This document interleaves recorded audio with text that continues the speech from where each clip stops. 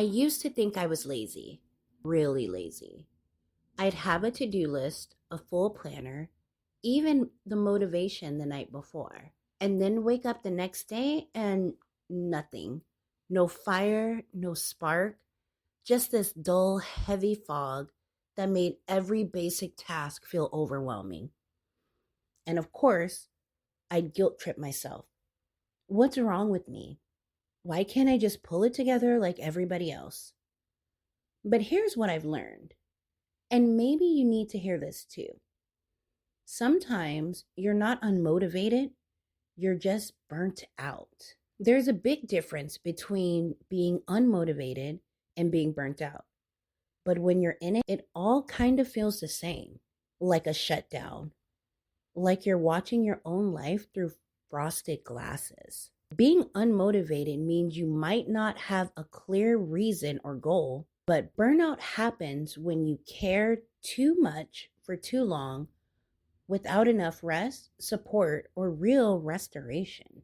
Burnout isn't always dramatic. Sometimes it's subtle. It's that slow leak that sneaks up on you. You're still functioning, but you're not feeling. You start saying, I'm tired, when what you really mean is, I am depleted. And deep down, you're grieving the version of you that used to feel inspired. Let me offer a few signs that help me tell the difference. You're sleeping, but never feel rested.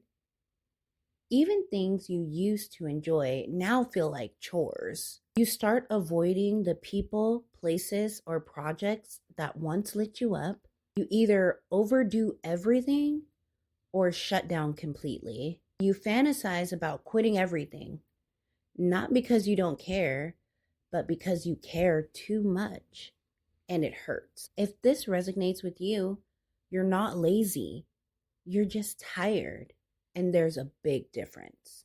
A lot of us were raised to value output over well-being. Hustle culture, perfectionism, be strong, keep going, don't quit. So when rest shows up, we interpret it as weakness. We call it procrastination. We beat ourselves up. We ignore our own signals until our body or mind forces us to stop. Psychologists call this learned overfunctioning. It's when you've been praised your whole life for doing more than is healthy. So now you don't know how to stop without feeling that guilt.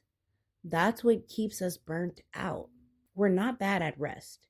We're just not used to rest until it's earned. Here's the shift I had to make. I stopped chasing motivation and started focusing on recovery. I let myself do nothing without earning it. I started checking in, not just checking things off. I stopped asking, what's wrong with me? And started asking, what do I need? And here's the wild part. The more I honored my real needs, the more naturally my spark came back. Burnout doesn't need a productivity hack. It needs a softer place to land. If you're feeling burnt out right now, here's what helped me. Start with gentle structure, not pressure. Replace I have with I can try. Build momentum by meeting yourself, not pushing yourself. Move your body in low-stakes ways.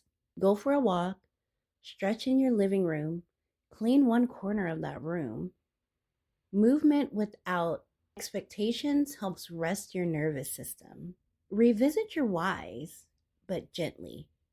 Not to force inspiration, but to remind yourself what still matters to you underneath all the tiredness. Celebrate quiet wins. Getting out of bed is a win. Doing one load of laundry is a win. Responding to that one email you've been avoiding is still a win. Let joy back in. Even in the tiny ways, burnout dims our light, but joy, even the smallest bit, reminds us we are still in here. You're not lazy, you're not behind, and you're definitely not the only one who feels this way. Burnout doesn't mean you failed. It means you've been carrying too much for too long without rest.